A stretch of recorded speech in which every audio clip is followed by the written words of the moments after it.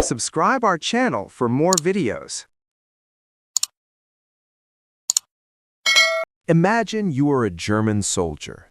It is December 1944. You have survived 3 years on the Eastern Front. You have survived Stalingrad's frozen hell. You have survived artillery barrages that turned forests into splinters and men into memories. You know how to survive artillery. You know the sounds. You know the patterns. You know where to hide. And then something happens that your entire military training cannot explain. The shells are not hitting the ground. They are not hitting the trees. They are exploding in the air, directly above you, with perfect, terrifying precision, as if they can see you, as if they are alive, as if death itself has learned to aim. You dive into your foxhole. Nothing. The fragments rain down from above. You press yourself against a tree. Nothing. The steel comes from the sky. You run, you scatter, you try everything you were ever trained to do, and men die anyway. Entire squads, gone in seconds. Veterans who had stared down Soviet tank charges, breaking and running through the snow like frightened children, because they are facing something that has never existed before in the history of human warfare. This is the story of a weapon so secret that the workers who built it didn't know what they were making. A weapon so revolutionary that it multiplied the killing power of American artillery by a factor of 50. A weapon that one unauthorized colonel deployed without permission on the very first morning of the Battle of the Bulge, a decision that could have ended his career, but instead helped save the Western world.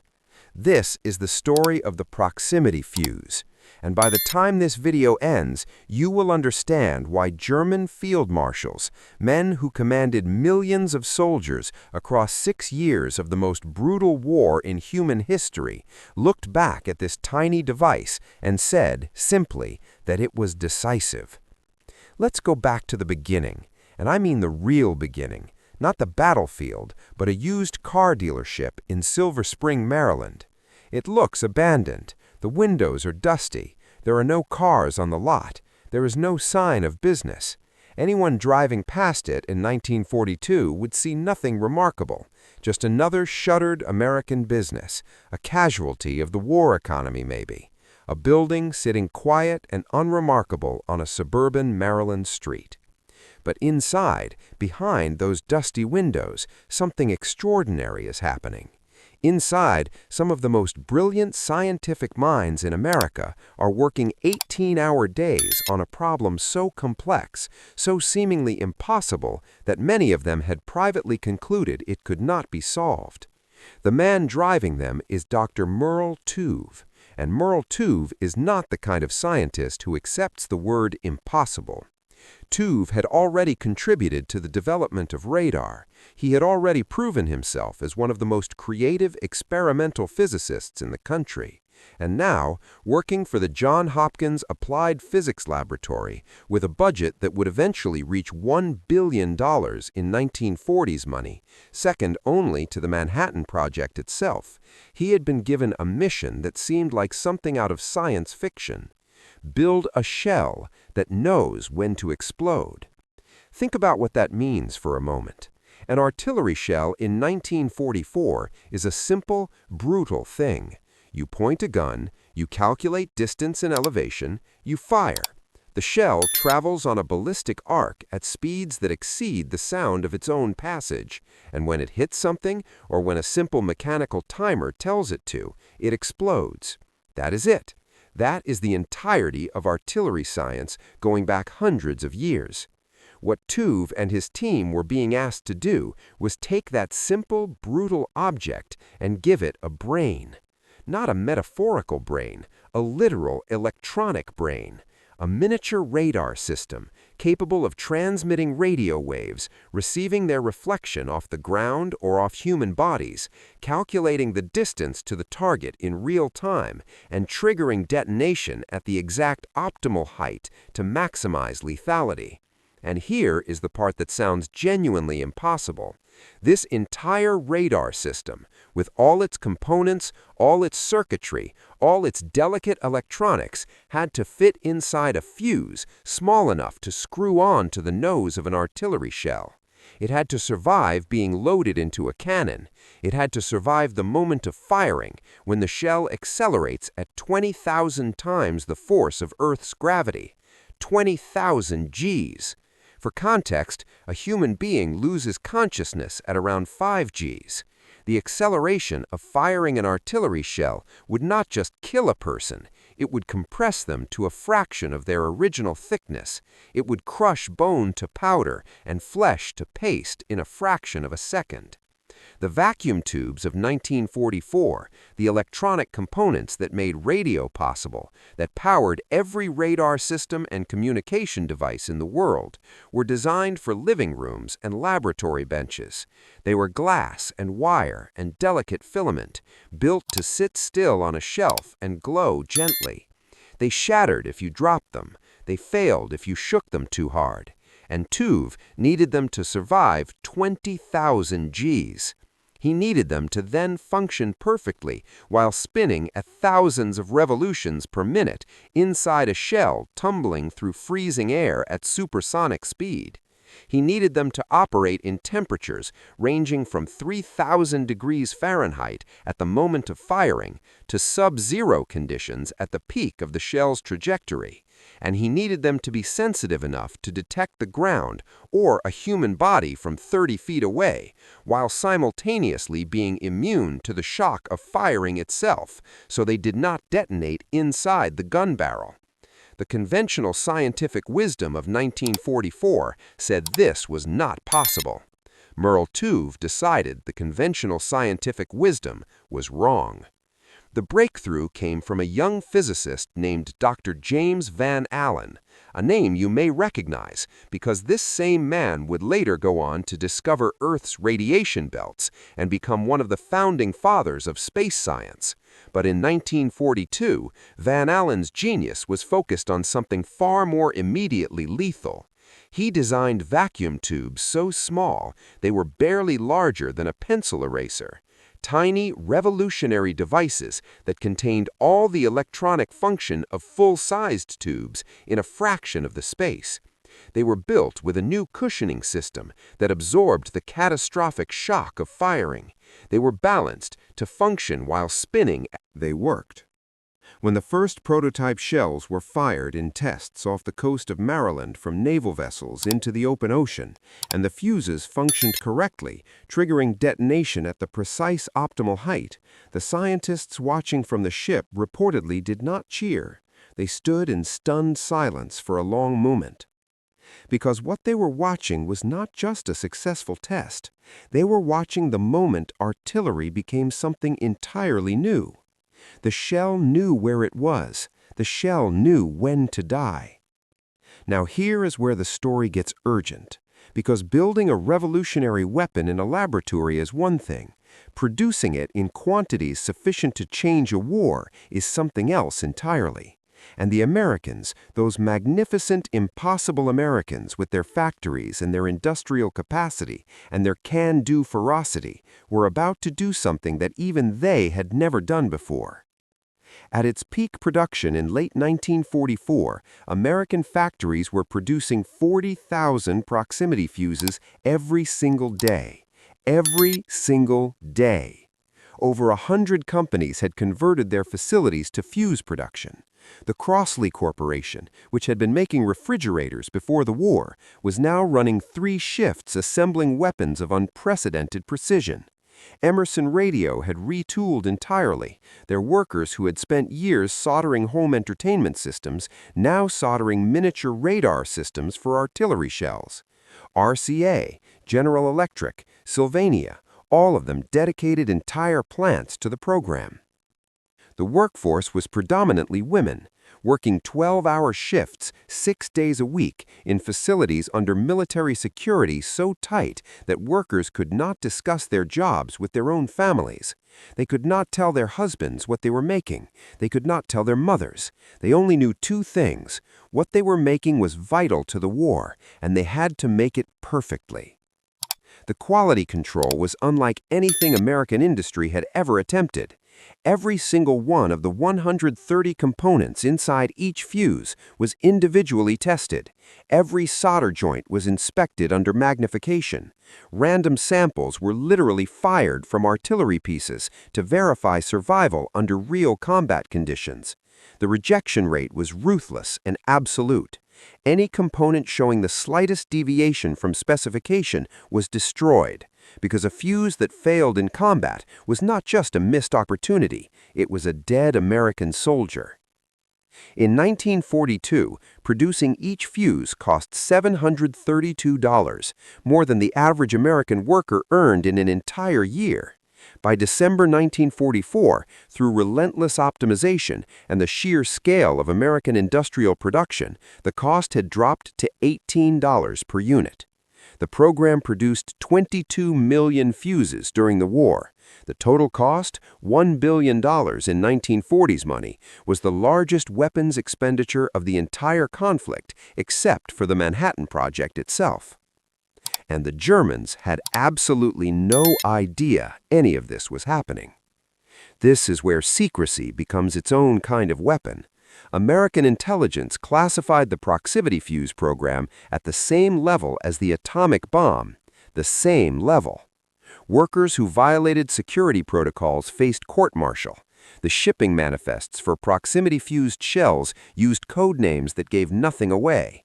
Even within the military, knowledge of the program was strictly compartmentalized. The fear driving this secrecy was rational and serious.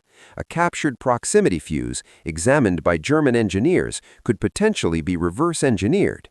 Germany could potentially develop their own version, and then, suddenly, the advantage disappears. Suddenly, both sides have artillery that thinks, and the Allies lose their edge. To protect against this, a standing order was issued that remained in effect all the way until December 1944. Proximity fuses were authorized for anti-aircraft use only. Anti-aircraft shells fired upward into the sky were unlikely to land in enemy hands intact. But ground use, artillery shells fired at German troops, those could potentially be recovered, captured, studied. The order was clear. The order made strategic sense.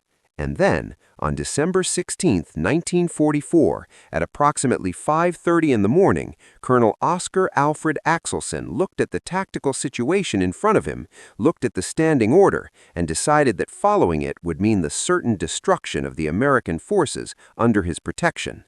So he broke it. Let's talk about what was happening that morning, because the scale of what the Germans had prepared is something that still staggers military historians today. For months, the Germans had been moving with absolute secrecy. 200,000 soldiers, 1,000 tanks, nearly 2,000 artillery pieces. All of it moved at night, under radio silence, through fog-shrouded forest, along routes deliberately chosen to avoid Allied air reconnaissance. The German logistics officers responsible for this movement performed what some historians consider the greatest feat of operational secrecy in the entire war. The Allies had no idea. American intelligence assessed the Ardennes, that dense, hilly, heavily forested region where Belgium, Luxembourg, and Germany meet, as a quiet sector, a rest sector. Units were sent there either to recover from heavy fighting or to receive their initial combat experience before being moved to more active fronts. The 106th Infantry Division, for example, had been in the line for only 5 days when the Germans attacked. 5 days. Many of the men had never heard a shot fired in anger. At 5:30 in the morning on December 16th, 1,600 German artillery rounds per minute began falling on the American positions along an 85-mile front. The sound was described by survivors as a physical thing, a wall of noise that seemed to press against the body, to push thought out of the mind. Command posts lost communication instantly. Forward positions were obliterated in the opening minutes. The American line, stretched thin across winter forest and frozen farmland, began to crack almost immediately. This was Operation Watch on the Rhine, Hitler's last gamble. The Führer had told his generals that this offensive would split the Allied armies, recapture the vital port of Antwerp, force Britain out of the war, and give Germany time to negotiate from a position of strength. His generals had their doubts, but the Führer had spoken. 200,000 men advanced into the morning darkness, and in one particular section of that line, they ran headlong into something they had no preparation for whatsoever. Colonel Axelson commanded the 406th Artillery Group. His guns were supporting the 38th Cavalry Squadron, a small reconnaissance unit that was catastrophically outmatched by the German forces bearing down on them. Cavalry squadrons are not designed to stop infantry divisions. They're designed to see and report, to screen and withdraw. But the fog that was grounding Allied aircraft and disrupting American communications was also grounding any possibility of withdrawal, and the Germans were coming fast and hard. Axelson looked at his conventional ammunition. He looked at the German formations advancing through the pre-dawn darkness. He understood the mathematics with the cold clarity that comes to certain men in the worst moments. His conventional shells would not stop them. The impact was too concentrated, the defensive benefit too limited against determined soldiers who knew how to use ground and cover. He needed something that could turn the air itself into a weapon. He needed something that could kill men behind trees and in foxholes and in every piece of terrain that conventional artillery simply could not reach. He had proximity fuses in his supply. He had been issued them for potential anti-aircraft use. He ordered his gunners to load them. The order violated standing regulations. Axelson knew this. He knew he could face court-martial. He knew he could lose his career. He gave the order anyway, because the alternative was watching American soldiers die by the hundreds while he sat on a weapon that could save them, a weapon he had been ordered not to use. What happened next was witnessed by German soldiers from the 326th Volksgrenadier Division, men who had survived years on the Eastern Front, men who had endured Soviet artillery barrages, Katyusha rocket attacks, tank assaults, veterans, hardened, experienced, battle-tested veterans. They broke. Not because they were cowards. They broke because nothing in their experience, nothing in their training, nothing in the entire accumulated knowledge of German military doctrine had prepared them for shells that exploded in the air above them with perfect, lethal precision. They had learned to survive artillery. They had learned where to hide, how to dig in, how to use the landscape. Every single lesson they had ever learned was suddenly useless. The shells were not hitting the ground. The shells were not hitting the trees. The shells were detonating 30 to 50 feet overhead, and the fragments were raining down from above into every foxhole, behind every tree, into every ditch and shell crater they had ever been taught to use as cover. The attack stalled. Then it stopped entirely. Word traveled up the chain of command at a speed that suggests genuine shock.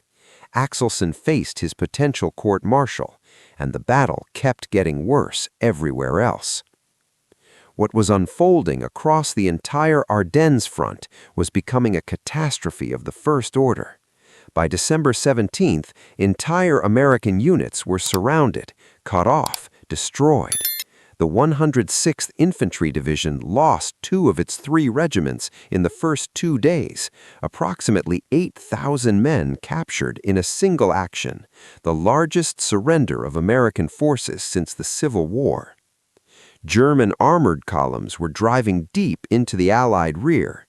The famous town of Bastogne, a vital crossroads whose capture would be essential to German success, was about to be surrounded. The weather was grounding Allied aircraft.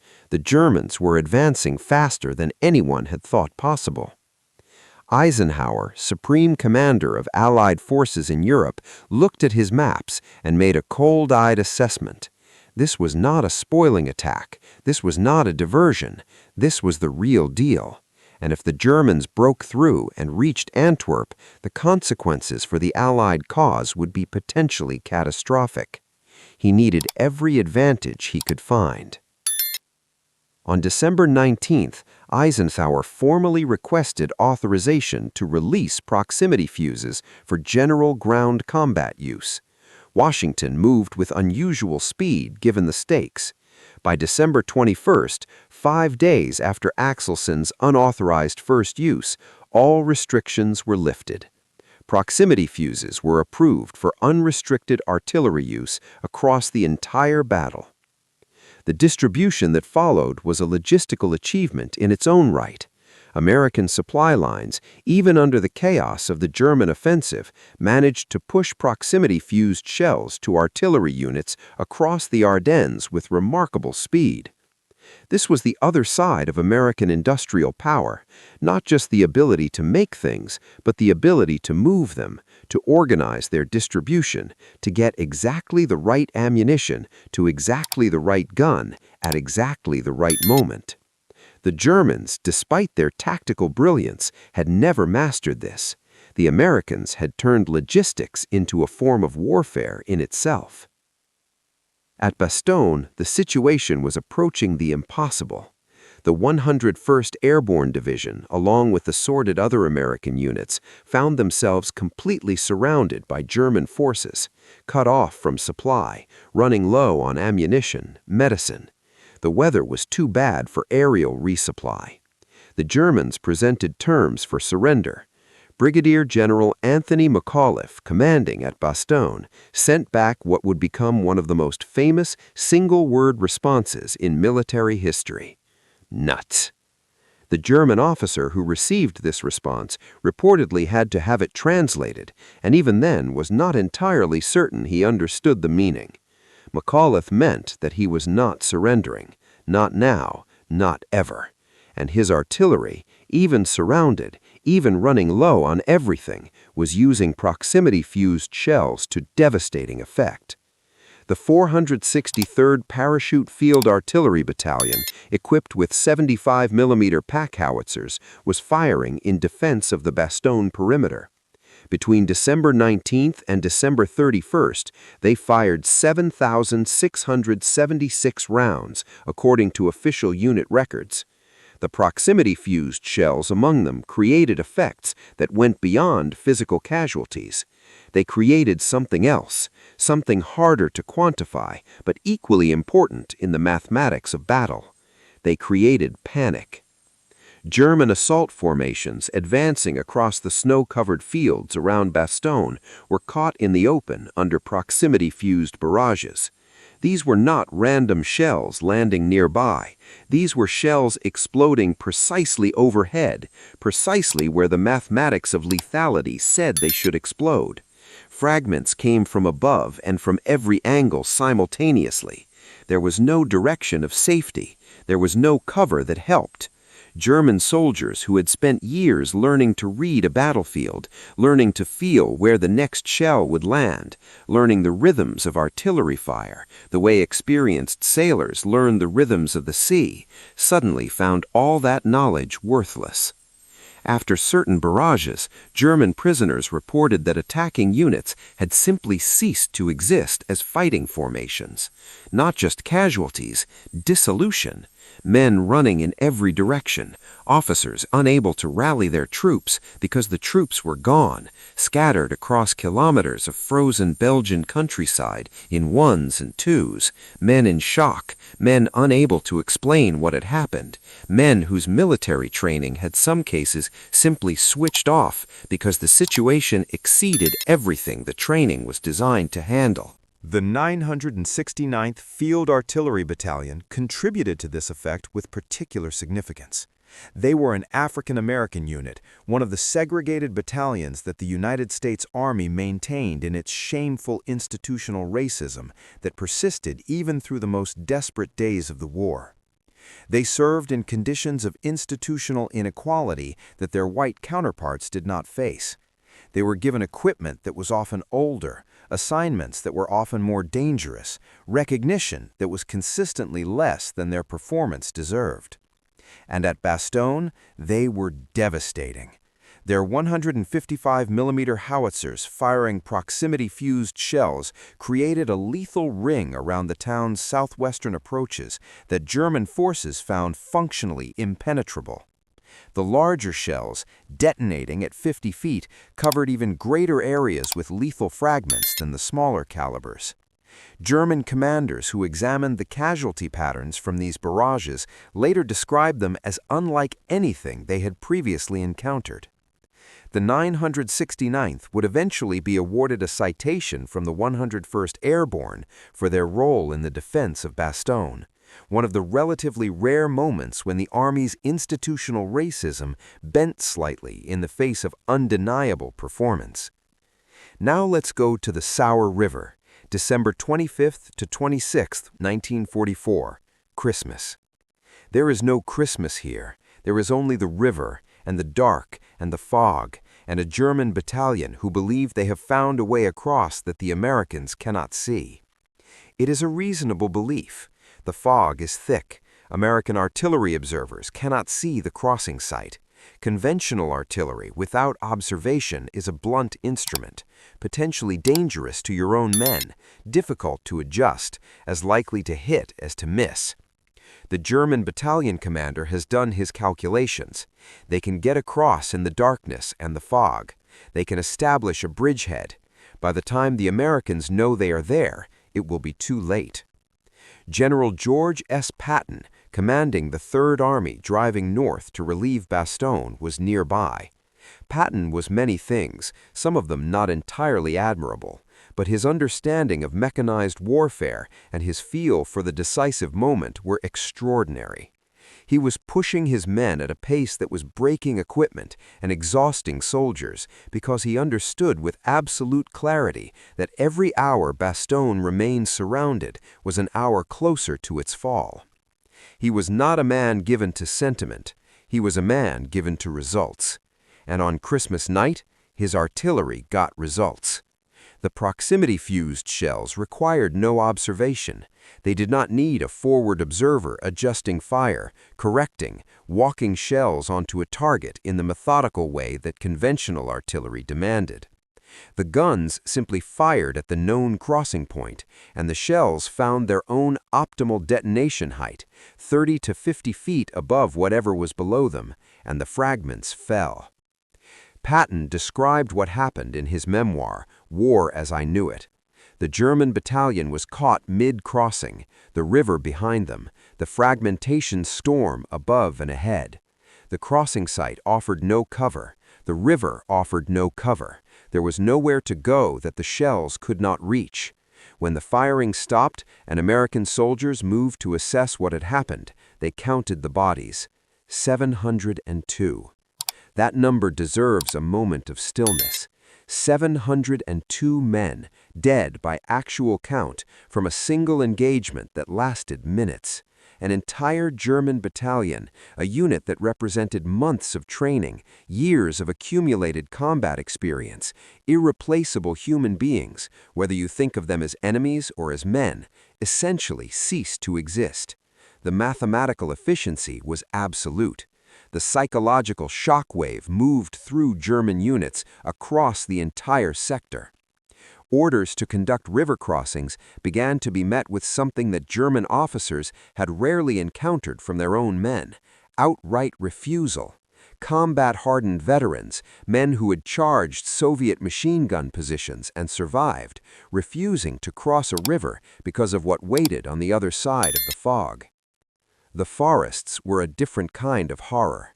Artillery in open terrain is lethal enough, but the Ardennes is not open terrain.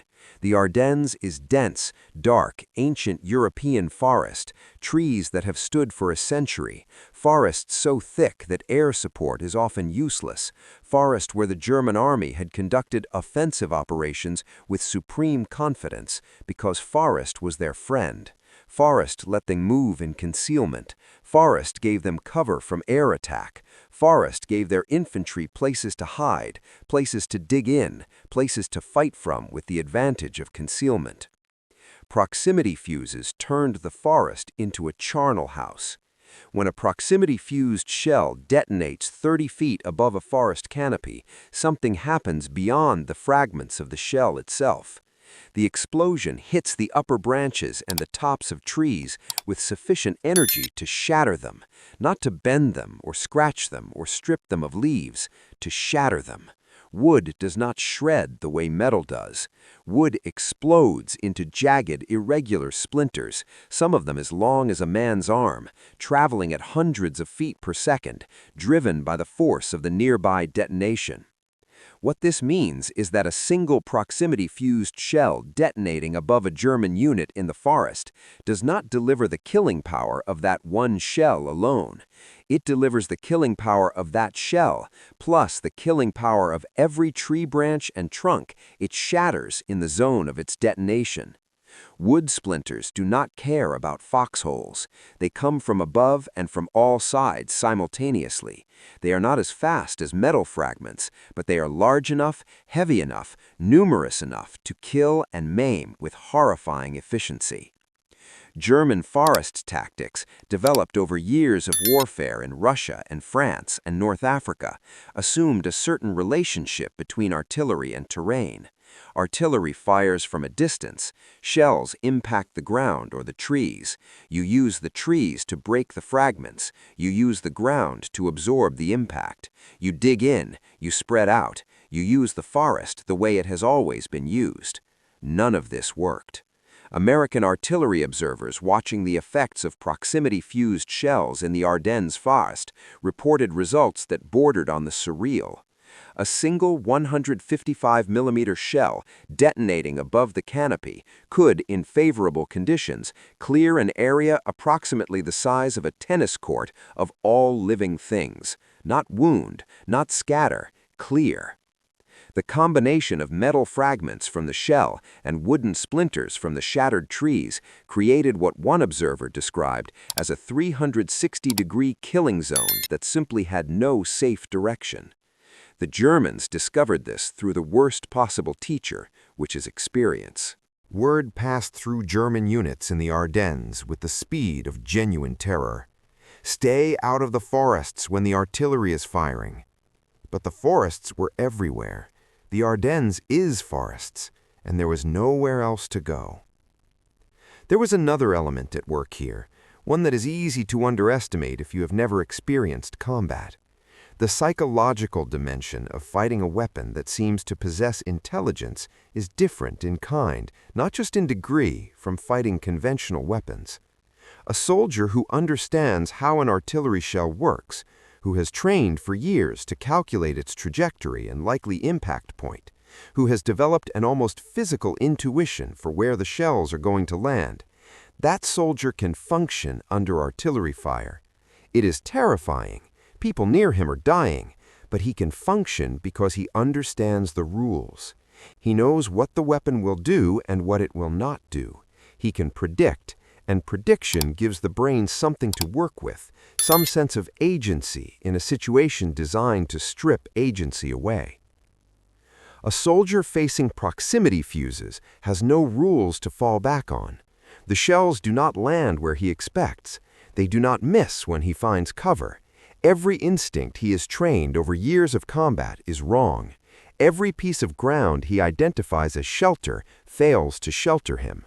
The experience is not just physically dangerous, it is psychologically annihilating.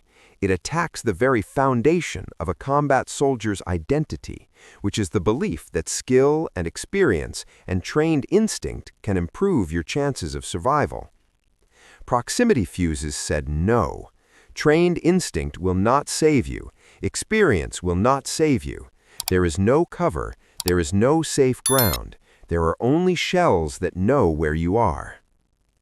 The psychological reports from German prisoners taken during the Battle of the Bulge, compiled by American Army intelligence, used a word repeatedly: Panzer. The German word can mean armor or tank, but in these reports it was used in its older sense: shell shock. Not the conventional artillery shell shock that both armies had been dealing with since World War I. Something new. Something that veterans described as qualitatively different from anything they had experienced before. a sense of helplessness in combat that they had never previously felt, even in the worst moments of the Eastern Front. Now let's talk about Elsinborn Ridge, because Elsinborn Ridge is where the mathematics of proximity fuses reached their most stark and undeniable expression.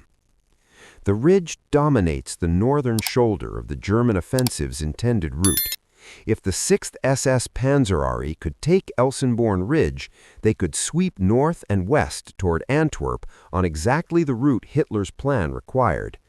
The 2nd and 99th Infantry Divisions were holding the ridge. Against them came some of the most formidable forces Germany could put in the field, including the 1st SS Panzer Division Leibstandarte Adolf Hitler, Hitler's own personal guard formation, men selected for physical perfection, fanatics trained to the highest standards of SS military excellence.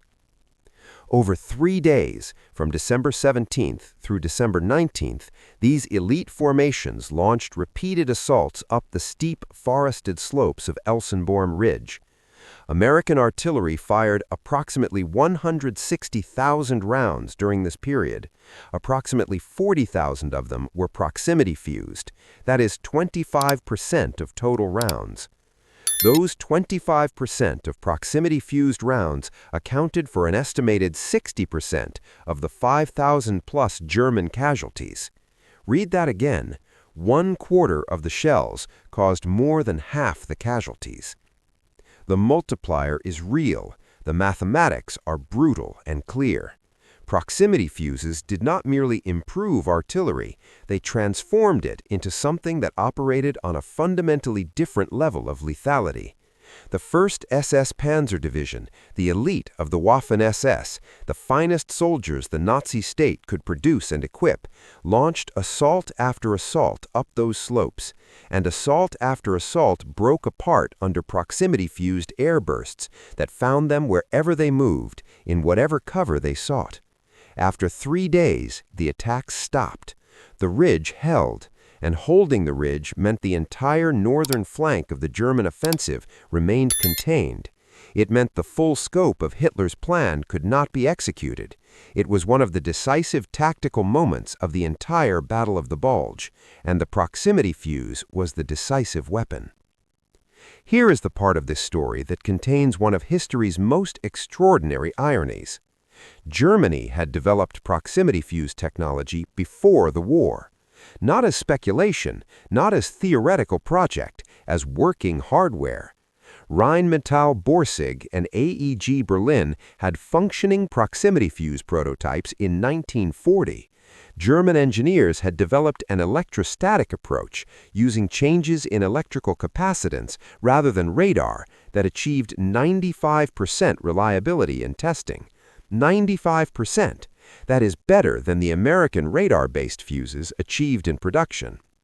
Germany could have had proximity fuses in the field by 1941. Hitler canceled the program. His reasoning, if it can be called that, was that Germany's position in the war was so favorable in 1940 that any weapons program requiring more than 6 months to reach production was unnecessary. The war would be over before it could be deployed. The Third Reich was ascendant. Britain would fall or negotiate. Russia would collapse. The Wehrmacht was invincible. So the proximity fuse program died in a German office in 1940, canceled by the decree of a man who believed his own mythology. And then, in December 1944, German soldiers who had actually captured approximately 20,000 proximity-fused shells from an overrun American ammunition depot, who had the evidence sitting directly in front of them, examined the captured fuses and concluded they were impossible. German technical experts looked at the vacuum tubes inside artillery shells and declared that no electronics could survive the stresses of being fired from a cannon. They concluded the visible components must be decoys. They concluded the Americans were using some form of magnetic detection or some other mechanism they simply could not identify. They could not believe what they were looking at because they had canceled the program that would have taught them it was real. Hermann Göring, interrogated after the war's end, would admit that German proximity fuse development had been 3 or 4 months from production when Germany surrendered. 3 or 4 months. The weapon they could have had in 1941 came within 3 or 4 months of being ready in 1945. The cost of that 1940 cancellation, measured in German lives alone, is incalculable. Let's talk about New Year's Day 1945, because even as the Battle of the Bulge was being decided on the ground, the Luftwaffe was attempting one final desperate throw of the dice. Operation Bodenplatte. 900 German fighters launched in a massive surprise attack against Allied airfields. The operation achieved genuine tactical surprise. Hundreds of Allied aircraft were caught on the ground and destroyed. For a few hours on January 1, 1945, it looked like the Luftwaffe had somehow found the resources for one last meaningful strike. And then, the German aircraft turned for home. They flew into proximity-fused anti-aircraft fire. Of the 277 German aircraft lost that day, 172 fell to anti-aircraft guns, most of them using proximity fuses. German pilots trained to evade conventional anti-aircraft fire, trained to anticipate the patterns of predictive shooting, trained to jink and roll and use altitude to avoid shells aimed at where they would be rather than where they were, found that their evasion tactics were suddenly, catastrophically ineffective. The shells were not aimed at where the pilots would be.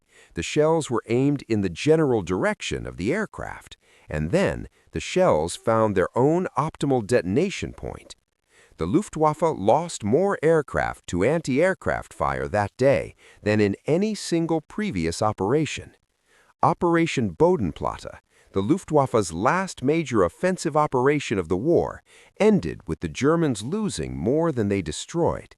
The organization never recovered. By early January 1945, the Battle of the Bulge was effectively decided. The German offensive had shot its bolt.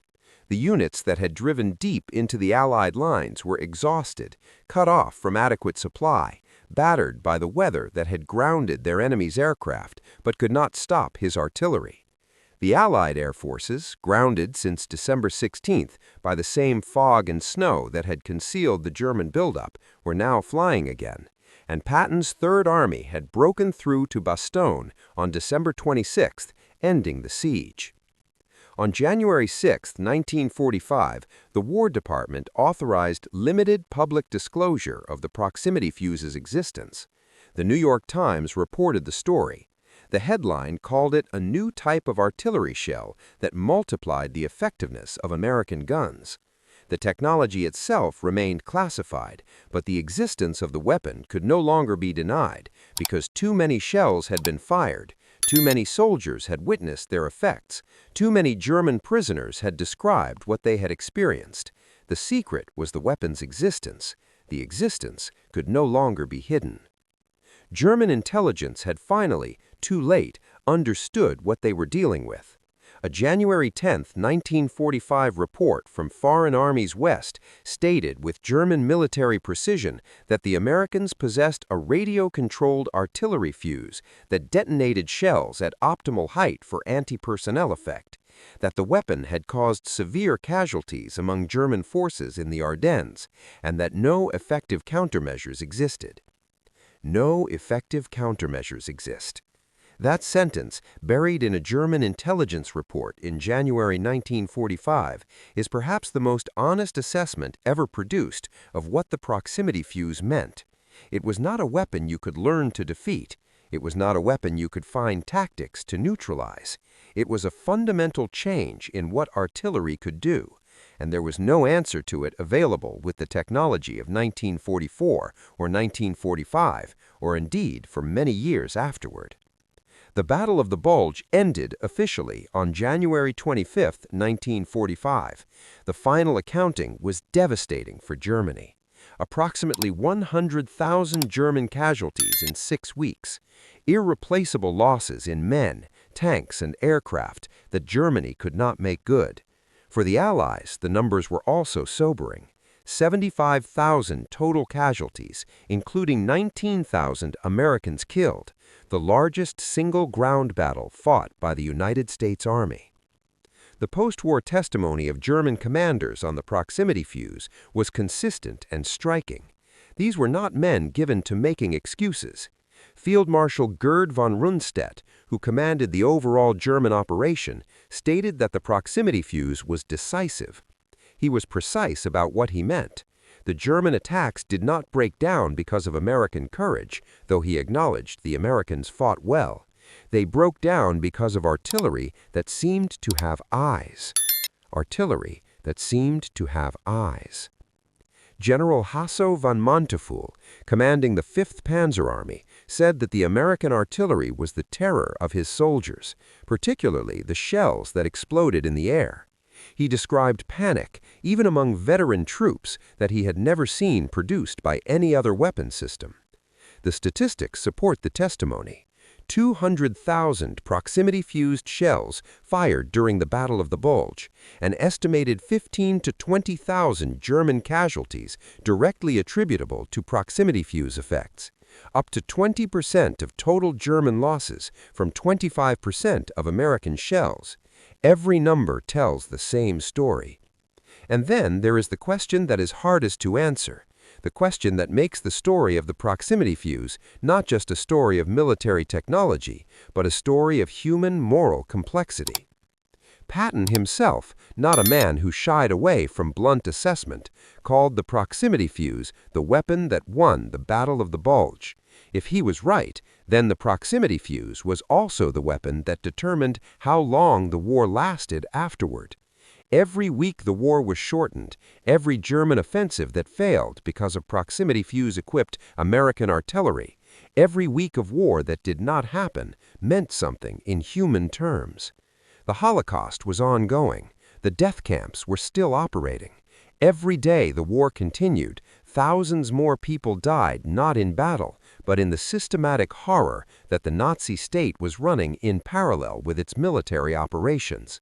Liberation of the camps would not fully happen until the war ended. Every day the war shortened potentially meant thousands of lives saved in places like Auschwitz and Treblinka and Bergen-Belsen.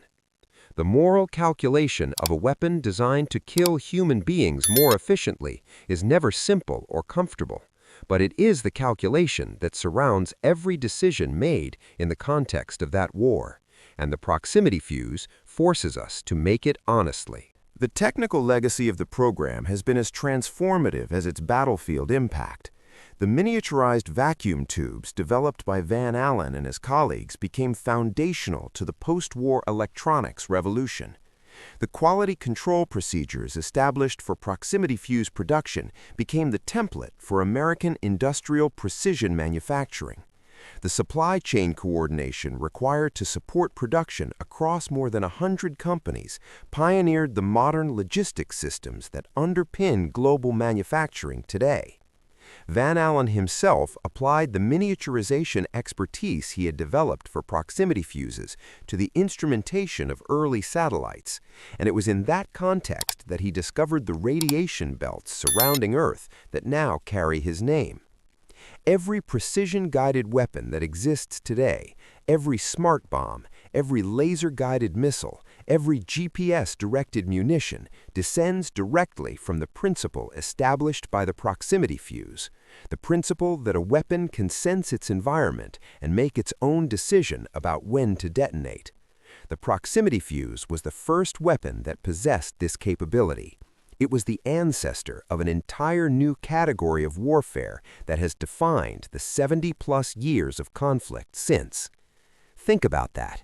In those frozen forests of the Ardennes in December 1944, with American factory workers who did not know what they were making, producing one fuse every 2 seconds around the clock, and with Colonel Axelson making an unauthorized decision that he knew could end his career, the seeds of modern warfare were planted. The age when weapons were dumb objects that humans aimed at other humans was ending. The age of weapons that think, weapons that sense, weapons that decide was beginning.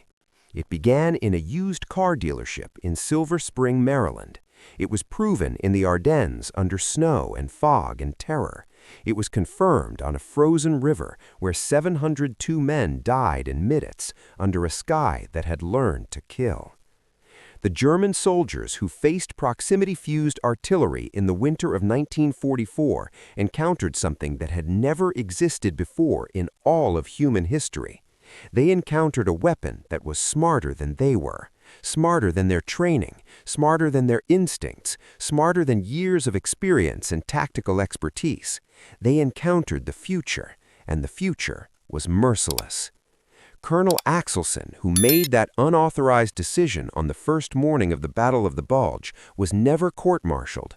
The potential charges were dropped when the results of his decision became undeniable. He had broken orders. He had also, arguably, broken the German offensive before it could reach its full momentum in his sector. The military calculates such things in its own way. The women who worked 12-hour shifts in converted refrigerator factories in Cincinnati and radio plants in New Jersey, who could not tell their families what they were making, who maintained precision under exhaustion that would have broken lesser people, they never received the recognition given to the generals and the scientific directors. Most of their names are not recorded anywhere that has survived. They were the invisible foundation of a revolution. They built 40,000 devices every day, each one containing 130 components, each component individually tested, each solder joint magnification inspected, each one of those 40,000 devices capable of killing dozens of men at optimal efficiency. They built them in silence. They shipped them without knowing where they would go. And somewhere in the Ardennes, in the fog and snow of the worst December in European memory, their work arrived. The shells exploded in the air with perfect, terrifying precision, as if they could see. The Germans had no answer, and the mathematics of death were never the same again. If this story hit you the way it hit me when I first encountered it, leave a comment below. Tell me which part stopped you cold. Was it the used car dealership hiding the second most expensive weapons program of the entire war? Was it Colonel Axelson making a career-ending decision and being right? Was it the 702 bodies counted at the Sour River? Was it the German engineers in 1944 looking at a captured proximity fuse and declaring it impossible, not knowing their own country had nearly built one 4 years earlier? These are the stories that change how you understand the war. These are the people and the weapons and the decisions that actually decided how it ended. Share this with someone who thinks they know everything about World War II. I guarantee they have never heard this story told this way. And if you want more stories like this, you know what to do. The history is out there. It is waiting. And some of it is stranger and more devastating than anything Hollywood has ever put on a screen.